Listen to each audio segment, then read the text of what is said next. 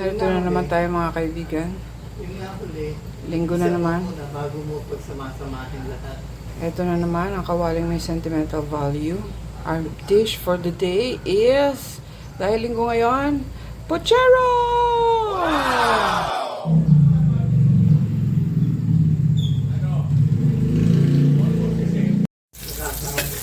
So, bawang muna. Dahil, ewan ko ba, basta bawang muna. May sumasamang konting sibuyas. Kaya natin siya sumama. Gusto niya sumama eh. Lalagyan mo din ng sibuyas. Ha? Lalagyan mo din ng Pirat-piratin. Para kumata. lagyan ng sibuyas. Tapos, pag namumula na siya dahil sa init. Lalagyan mo din baboy na pakukulit mo. Lagyan ng Yan.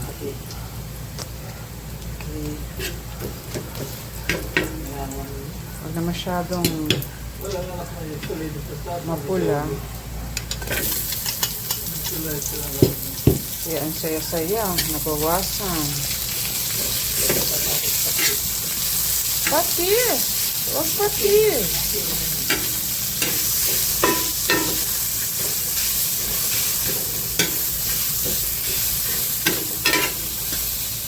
Dahil malakas makasipag ang paghahalo-halo. Halo-haloin natin. Para mapinisip ko ng konti dyan. Ilalagay na yung baboy. Para i-straight yung mga baboy. Ilalagay na yung mga baboy. Ano pa ba iba natin na dyan na pwede? Pagdagdag yung sauyan. Pero ito, brown sauyan. Parang tunay mga kaibigan.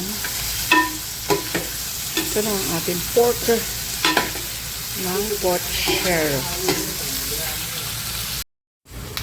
So after maggisa ng bawang sibuyas, idadagdag na yung pinakuloang baboy. So yung baboy na pochero, ginigisa muna.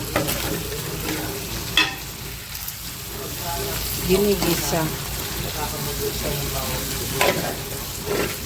Kapag kapag mantika lang at saka baboy, pinipirito. Pero pag may bawang at sibuyas, hindi na siya pirito, gisa na siya. Alam niyo ba yun? Jaring! Pag mapula-pula na, lalagyan na natin ng tomato sauce.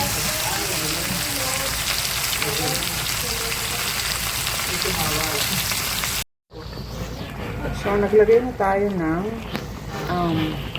tomato sauce, tapos nagdagdag ng broth, yung pinagpakuluan ng baboy. Second round, 2 rounds kasi yung pakulo. Yung una, tinatapon muna kasi nandun yung mga langib-langib.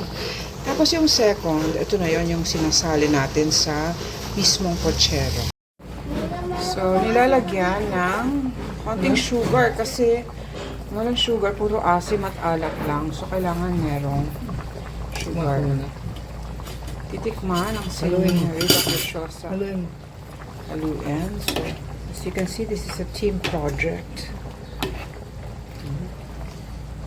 Kailangan kuloan pa yan.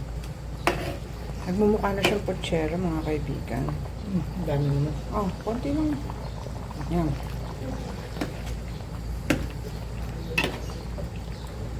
Hindi pa. At alam nyo ba na nilalagyan siya ng creamer? Halo. Sige. Hindi lang sugar, pati creamer. Ano lang to? Powdered cream. Hindi siya all-purpose cream. Pwede rin namang all-purpose. Kaya lang, sobra naman na. Medyo parang kaldereta rin ang style. Pero sa laming, sabaw. Kumukulo na siya, mga kapatid. So, habang ganyan siya, lumalambot na rin yung mga mamoy. Lalambot pa siya. So, meron, malabnaw pa yung sarsa.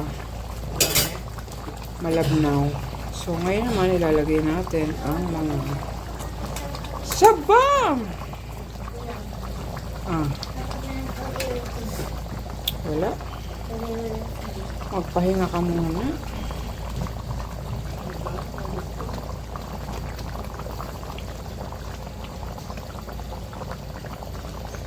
Parang ang daming sabanay. Hindi maluluto pa yan. Gusto mo ba matamisin yung iba? Matamisin. O dito na lang lahat? Konti pa naman. Nilahat mo ba yung saging? Oo. Yata.